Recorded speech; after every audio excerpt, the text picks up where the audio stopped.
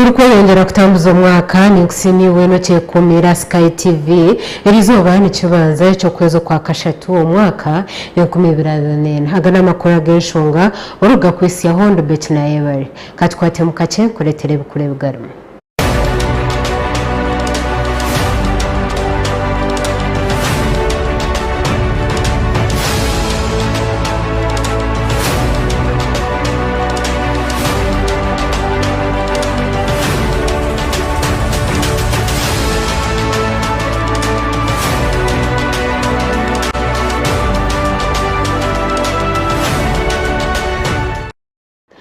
Ninyongera kutangira amakuru agenshonga agizobere turukutandika amakuru polisi ho muri Kasese division mu Renzo East region batandika kucondoza ahamuro gukwatsiro bwaro obwabeji ahishomero area Margarita demonstration primary school erukushangwa ho muri Kasese municipality regional police commander aho cyangeki yahamye amakuraga arukugira ngo n'ubukirabe ibintu byona bihire ukonka bejibona bari mu mbera nonje Bamwe ombazire ababatahire mu ishomero barebwa bari kubuza bibyo kwerinda kugira ngo bareke bagume mu ishomero okurinda barabahe abana babo abandi bagira ngo nibatekwa gume mu ishomero okurinda baratunga abana babo bari kugira ngo nibenda kubatwara umuka obwe polisi eriko yongera yona no kucondoza yakozira rose anankirare hano niwe no feeling nko muziri wahura noza kungambere beragira niki okamuzana niyo kutatulana school fees tiningi nabo nkabeza araraba karuga mungu data chitarwana nenda muntu iyo photocopy cyonko mwana wanje ngina kumutwara Chitoka chintana choka chinga mbatiko ndakuchikurikiza kuri yahira muri wanoza kumumpereza twaika hano zirishaha emwe hati nishahina nimutwara bati zigizaga mwinaho kubaraza bwana buri hariya burane buhutu mbeho nibubona bona. You need for you to allow more accommodation here in dormitories. You must have an electrician to come and assess where was the problem before you allow children to sleep here.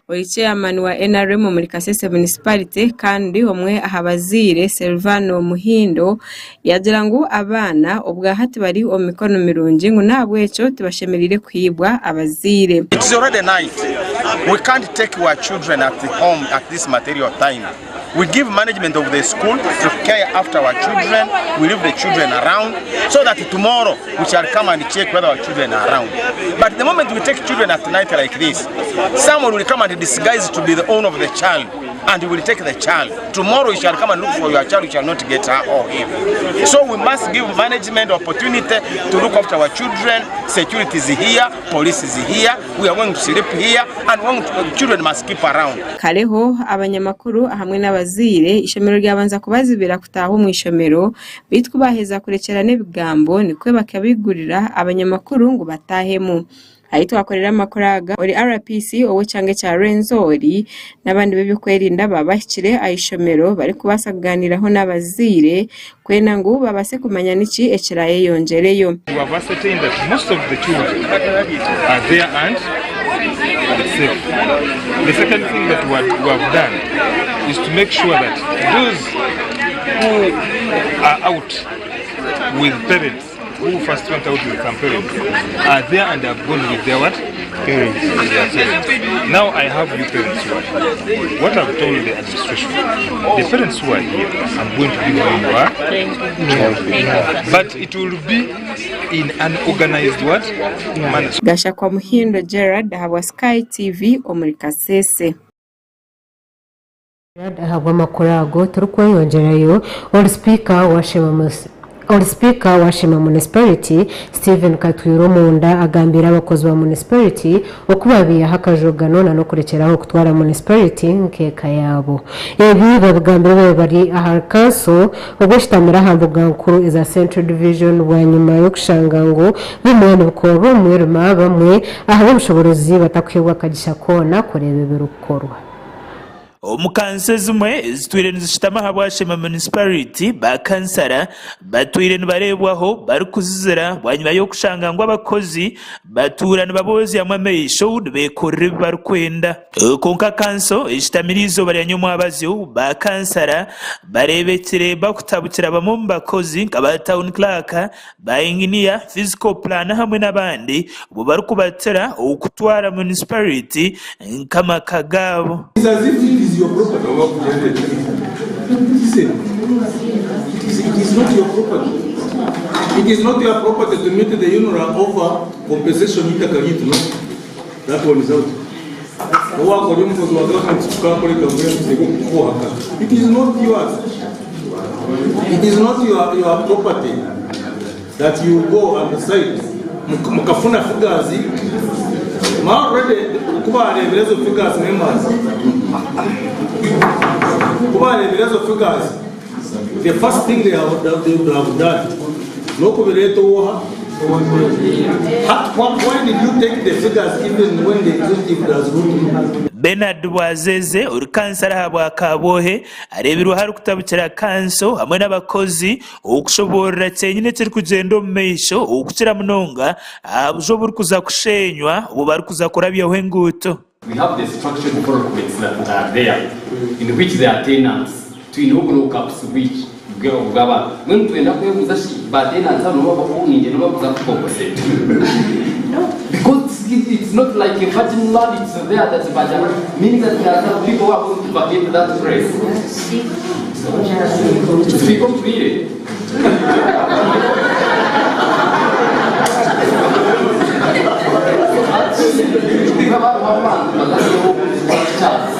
No, they can take that. Just a vacant land, you could say that it's just an oversight. But we have people who are there. Yes. When I now talk about say what I'm right now. No, somebody I'm Taiwan at the lake, Gilbert, is Swedish UNRWA. I'm sending a message for that we have been ordered to come if he's there anyway. Muringo nugogumwe Robert na Murinda urikansara umukushobora agizerengwe mbagana niyekirize yo kureta obuzibu na munonga umbakozi ekiretero obuzibu ombwebembezi wa municipality sitabuvu cyo kureba tineki really ebitari byawo batorike ebyo byawo bagire bata babreke ebyo bituna twatujine ntikitunga so Mr. Speaker ntitugayigo sambere yagamba yo kweta budget desk imbagana niyeresireki eshongeje etabwire meya aba municipality Aber Kahara gacakwate bamwe abakozi amaraka atyo nko kubashaba ngo no kuhindura bahindure abo kugira ngo abantu banabonka bari kuza kwikarira municipality nibareba. I spent in Kampala, I was supposed to be facilitated. I came back this Monday and found the requisition in my file. I spent a week in Kampala, I'm spending my own money, and it is not in the system. On the budget desk, Speaker, I am requesting that this council puts there someone else who is going to make sure that the departments are balanced. Ogu ayongere yagamba na hanshonga eyo kwata kubya bintu bya government ebiri mu kamotoka. Every now and again, I will ask you to partner.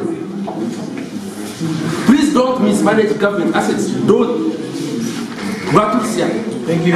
Mbegambo bye speaker wa municipality Steven Katwiro Munda abwire ku kanso erikuza kutaka tiko agari kuza kushije imirimo erukorwa municipality abo kuba ebiteke bingi ebirukwebembera municipality berukubimunonga. Yo kabe mwido kwenga na department sezile stine over members barukubi machura achiriza na muchwanje mchiteza wao ndoena tukubi engabure yabe tura wate yimbice imwe bagabuza baro umwagabura ki ndoenda kureba. Amakuraga gacha kwa Gerard Tugume aba Sky TV agenshonga umurishim tugume ahabwa amakuru ago turkwongerayo n'amakuru agenshonga abanyabushenyi bashabirwe kwatanisa hamwe bakarwanisa ubushomankuzi aha kuba abanya-Uganda nibaferwa ubuhereza bwengi aha kuba ubashime kuba batunga aho kwigwa kwa sente za government ebi bigambiwe Betty na Misango Kamya orukarishorisho wa government wabenabwanaho abanyabushenyi omukuvugana okubira hambuga nkuru eza district ya Bushenyi hamwe na hakanisa ya Kaburenje Church of Uganda erukushangwa mu district niyemwe. Urukiko rwetabirwemo bakuru mu district abarimo bebembezi hamwe n'abandi. Betty na Misango Kamya agambira abanyabushenyi ngo government ya Uganda inesente ziri kumara ngo konka niziribwa abantu bace not because government does not have money. Government has got money. If our taxes are not enough, government goes abroad and borrows money and gets grants and we get donations from all the other people. There is enough money and government gets the money to buy the drugs. But the people who are given money to buy the drugs do not buy the drugs. Halfway, the state of the and for you when you go to the hospital, your loved one are branching. Atwire Robert RDC wa Bushenyi agambire Kamya nga Bushenyi district nibija kugezaho okureba ngo bakwatanisiza hamwe omukubingo bushomankuzi oburiyo mu district. As Bushenyi, I want to give you our assurances that indeed you have now joined your army. We must make sure that corruption is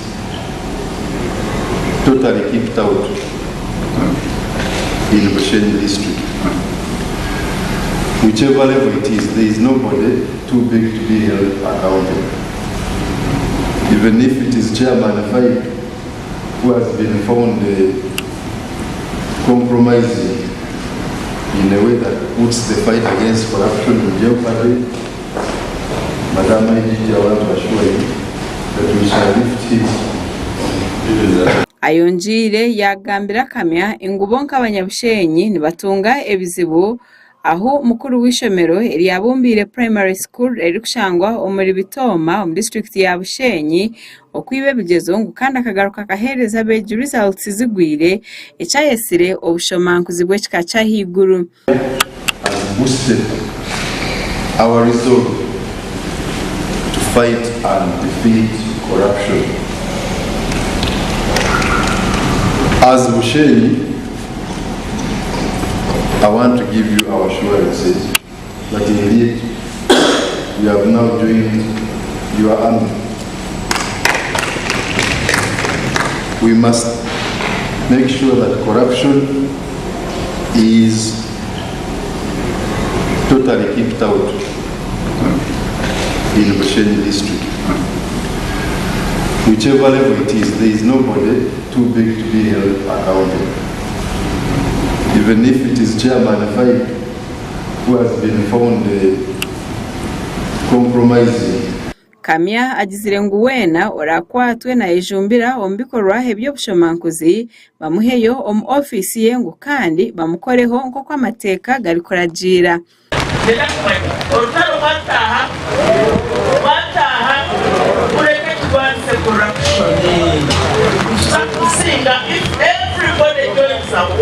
Kansala wa Central Division omuri Bushenyi Shaka Municipality na Ijuka Jennifer agambira ba IGG ngo bariceraho kushara emishoro abakozi ba government abari kutunga emishara mice.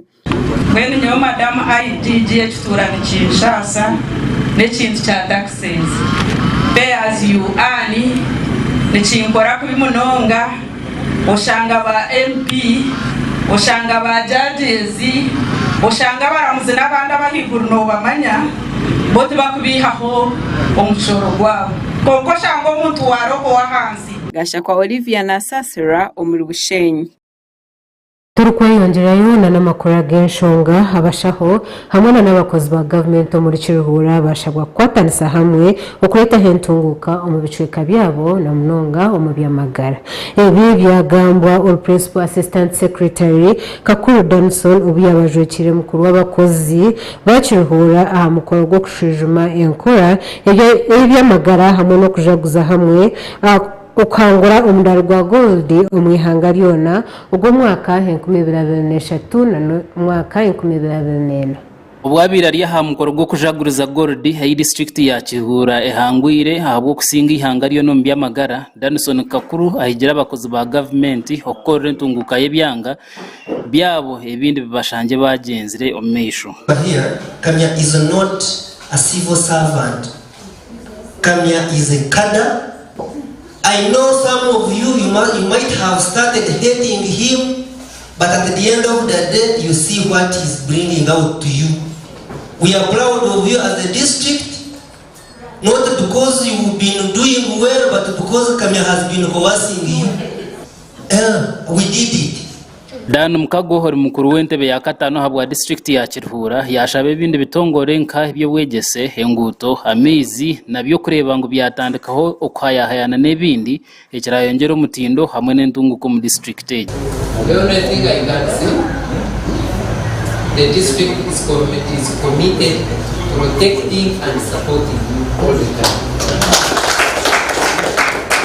I want to thank other departments. I've seen education, I've seen works, I've seen community and others. Now, Madam DEO, can we start competing with health? Competition is health. That some people used to go on the radios and say, "Children bribing." Now we are bribing Prime Minister's office, we are bribing the Ministry of Education, we are bribing the Ministry of Health, we are bribing. Thank you, yes. Thank you for making us proud. Mukago yayongera yagira ngo emikoro nkeji abantu bashemerire kubana bagikozesa kureba ngo bayongera okutaho muringo gwo kumaraho ebindi bizuba. But having excelled in the last assessment, and even having beaten all other districts in the last performance quarter. Secondly, as I told you, why were we discussing is to know the challenges, the problems, and then we find. So I think whatever challenge, whatever problems we have captured here, they will be included in our work plans.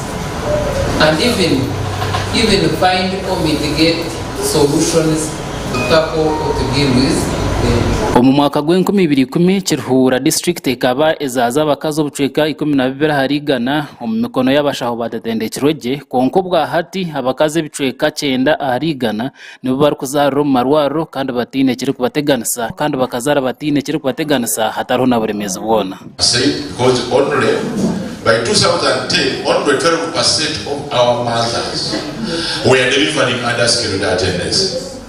I'm happy to say that by the time we won the gold medal, we had improved that indicator to 90%. And I'm happy to say, and for the last 6 months, we have again improved that indicator to 100%. So that is the transformation we are talking about from 12% over those years, we went to 90%, we have won the gold medal. So if we have won the gold medal when we are at 90%, then when we move to 100%, why can't we win more gold medals? Omukoro gugwa abagore go kushijuma enkora y'amagara kandi no kayo mudaro gwa gold ogu district ya Kiruhura yahangura habo kusinga district ezindi zona ombi amagara. Ahabwa Sky TV ndi Job Kato omuri Kiruhura. Job Kato ahabwa makurago hago ngo twatwinira mu kicweke cyo kubanza yacha makura genshonga otalga Sky TV tukuletere ikicweke cya kabiri.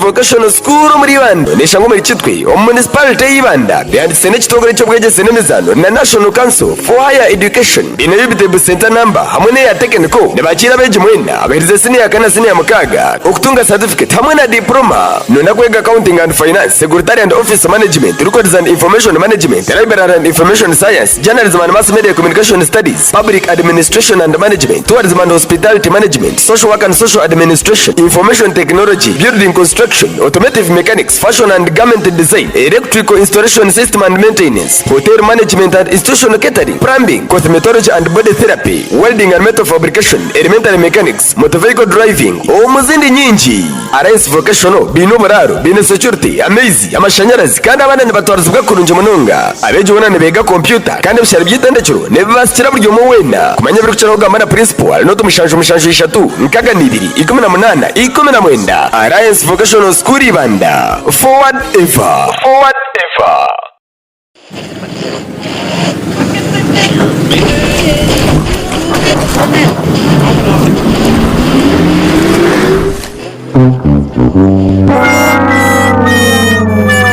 naye muzeeyi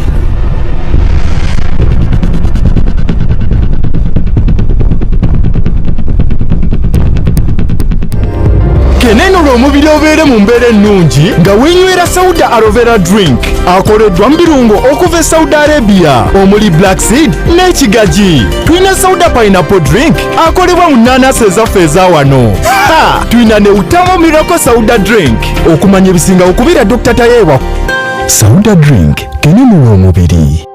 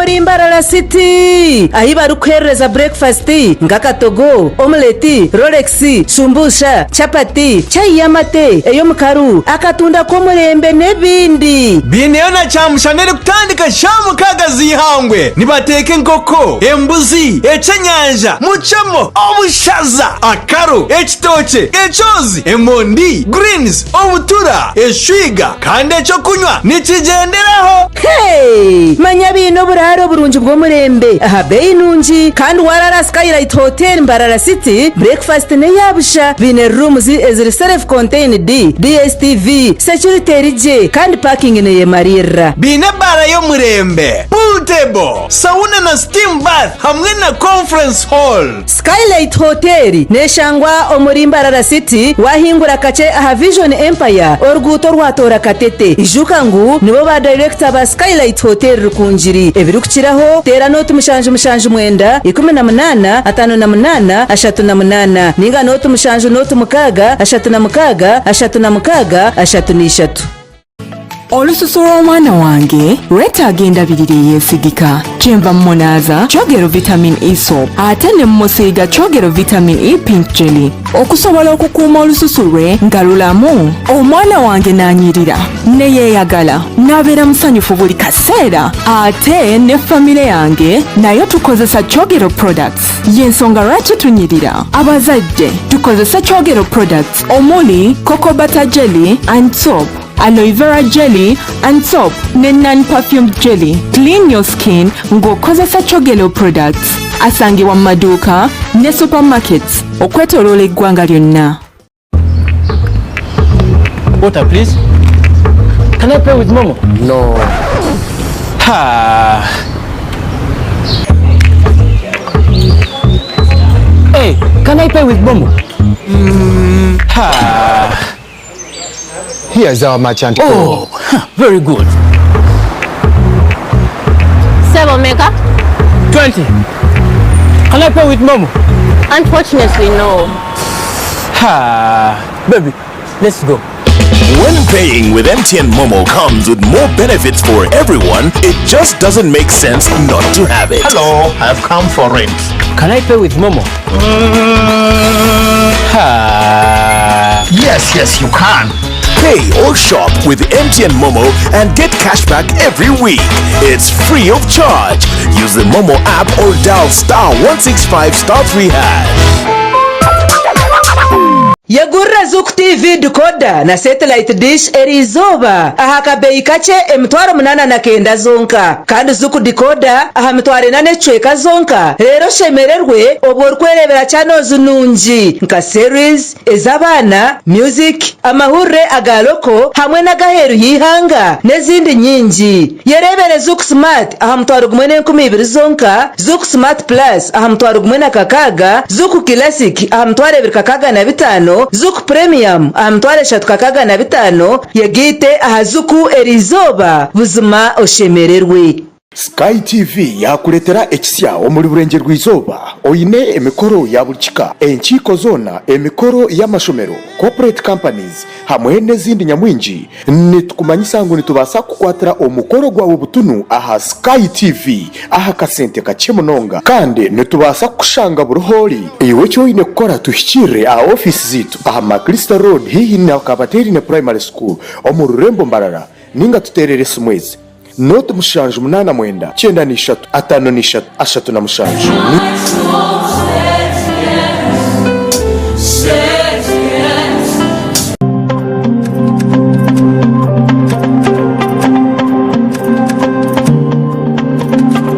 Program Party Time aha Sky TV na nyamwerezo wawe ainenina bursande kuyashaha mushanju kwishyashaha 10 zo mwabazi niyo program yaraberorebera birungi byonka emikoro mirungi decoration zensia gown zensia makeup zensia byona noza kubona bushanga aha Sky TV neshanga Makrista Road omurembo orwambara aha henyine no kubasa kutungira iwo kwenda kureta emikoro yawe kwenda kureta byona no basa kubitereza ntubyoreka aha Sky TV shanje aha all media platforms Twitter, Instagram, YouTube, TikTok byona no banochanga tamu Sky TV UG official no banotunga je buterevu aha aho shitame henyini nanyo muhereza wawe ainenina omushiki wanyu.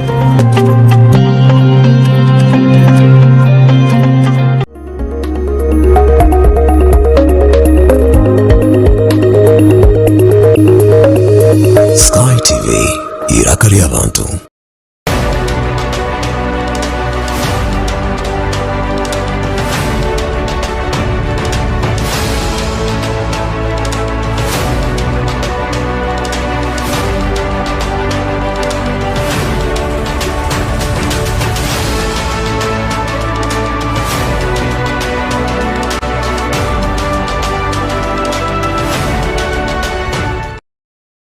Nikutangira umusheke cya kabiri cy'amakuru agenshonga turi kwiyongerayo aba ministry y'enguto batongwize okutandika gukora kw'enguto ya Kafuru Kayanja iri kushangwa mugombore ya Nyakiyumbu Bukozo County West district ya Kasese. Project yineza kumaraho sente ziri kurenga billion 8 kandi netekatekwa kwa umubwire bw'umwaka gumwe. Engineer Alex Baguma uri senior engineer urukora na ministry y'enguto mu ihanga ubu yaba natongozo mu rumo gwo gukora enguto eje amukoro gwabaha cyaro cya Kataturwa yashobora ngo mirimo iri kuzakorwa harimo kwigura umuhanda ukuguhangusya ugutaho koransi beitoteireho no guhereza mfreje mirungi yo kutwara mezi. We have a program in the Ministry of Works and Transport called the low cost sealing technology.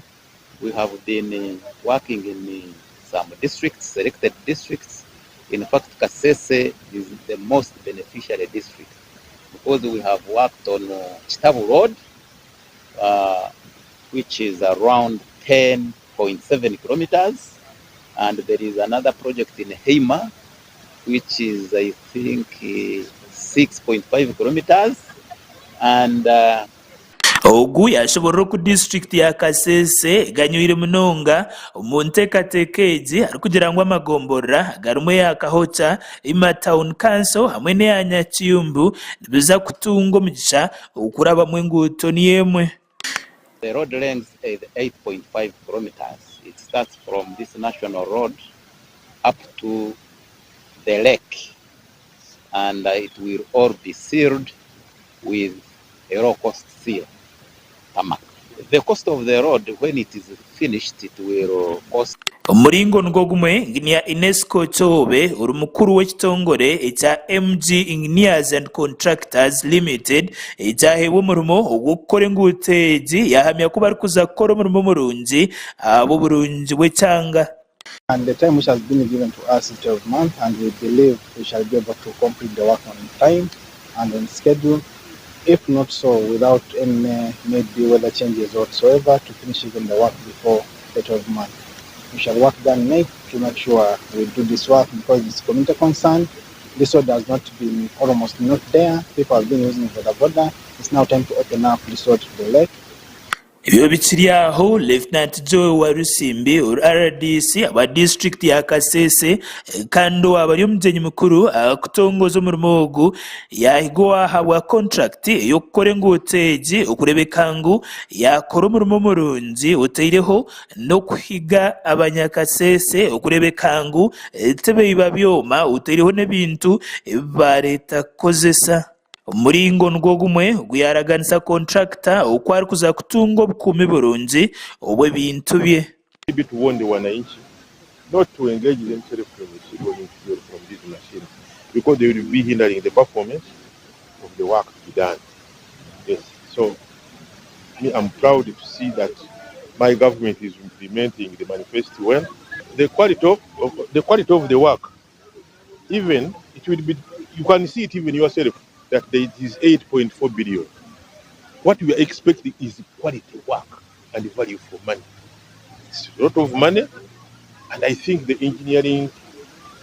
Umuringo ngogumwe Elfaz Muhindi Bukombi uri chairperson w'entebe ya katanu aba district ya Kasese nawe yahamya kwegombora ya Nyakiyumbu egobere munonga mu ntekatekeji ati nko kushobora okwenguteji eri kuza kwera munonga byo kwerinda umukurwanisa beinazi aba Allied Democratic Forces. You know, this place being in the national park, we have been getting threats from the DRC where the ADF have been infiltrating this area, and this will enable our security personnel to be able to do the operation with ease, and we shall be able to flush out bad people in case they come.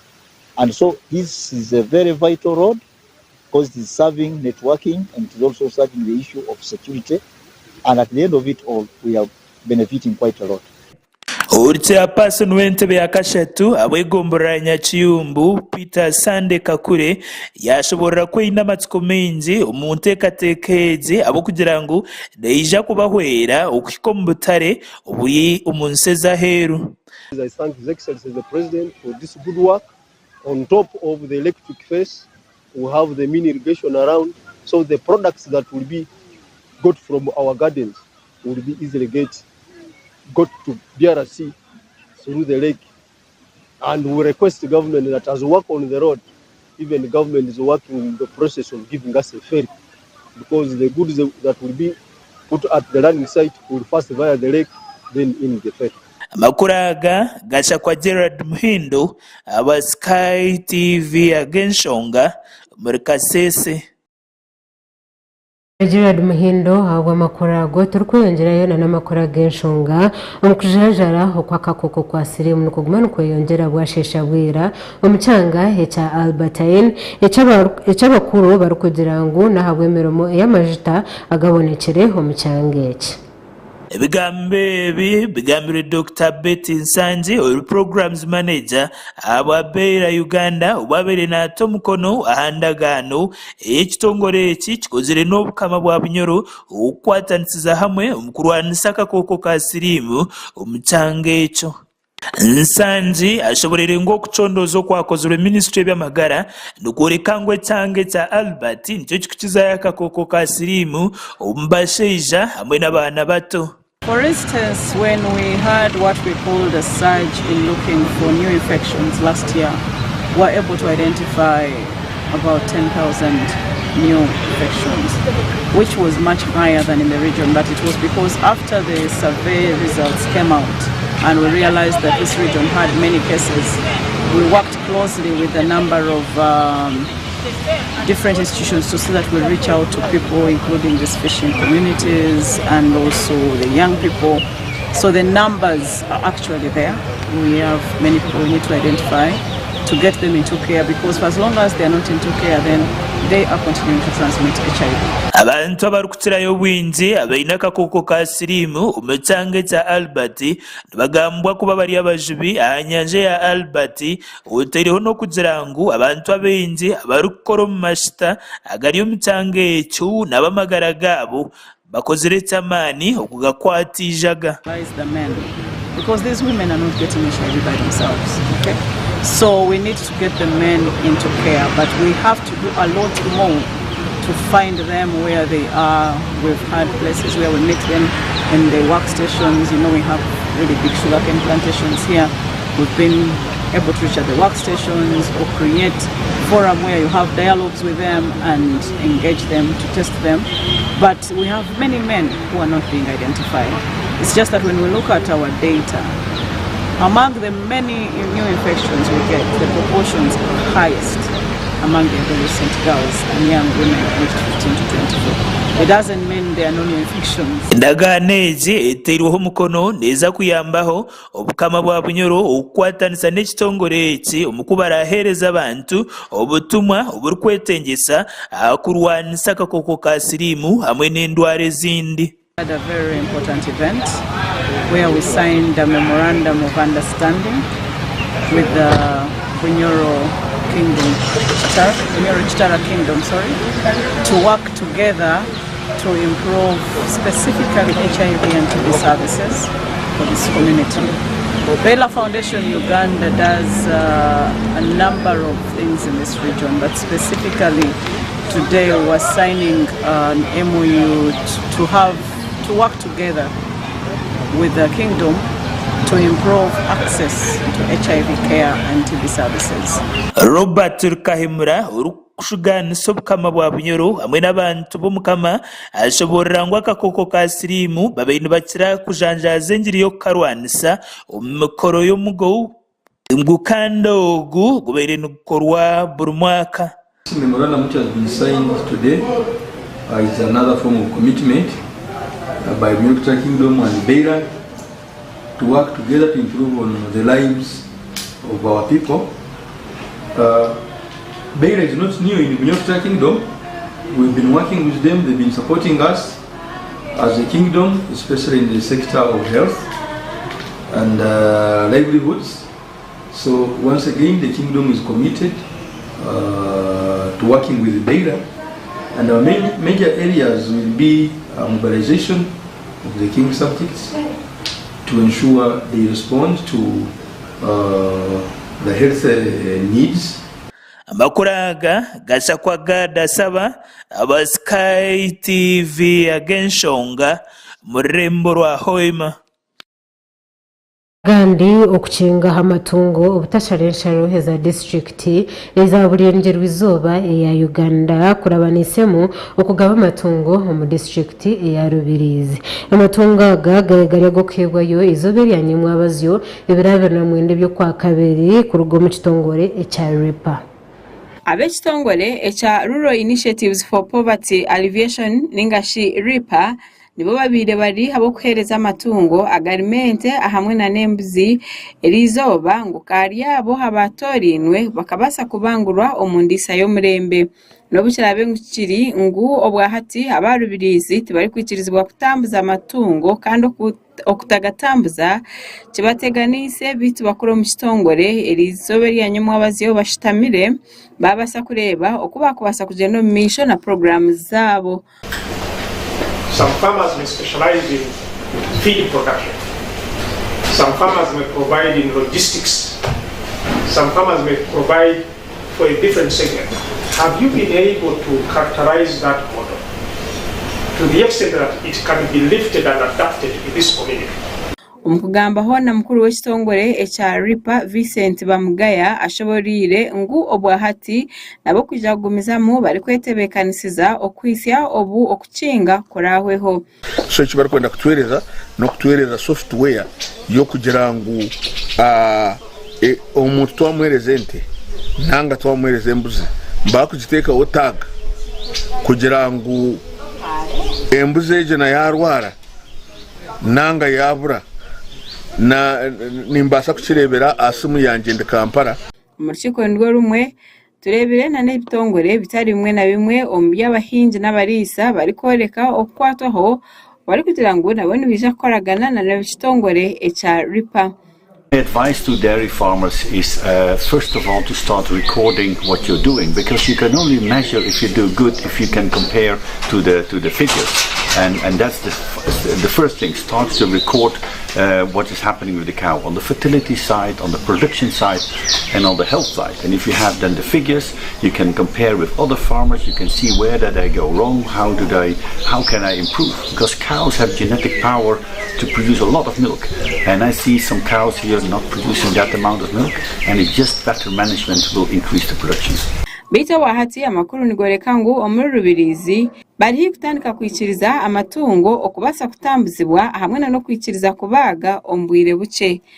Amatungo agarwo mu rubirizi abo ngajya ngatambura konka ekizibu nakorga hero kandi of course kugira ngo ekishari genda mu misho tuzajya ngo hereze bake abandi bareke so ndego gubisabye rutere kugira ngo ko kweho kugura karantine yamshize zindi ezo zisuka nkente nazatamu then atona wana bahereze bataza urubirizi tune karantine izo batetu atekode ku launching ya border ya Yinguza ni ebiro bishatu byo kwa katanu neza kubera rwa katanu so ate no turaza ku launching so mama zina gabantu tuete tutandike twigureho offices zitu kugira ngo bwene tutandike twigureho imiryango yitu tutandike gukora.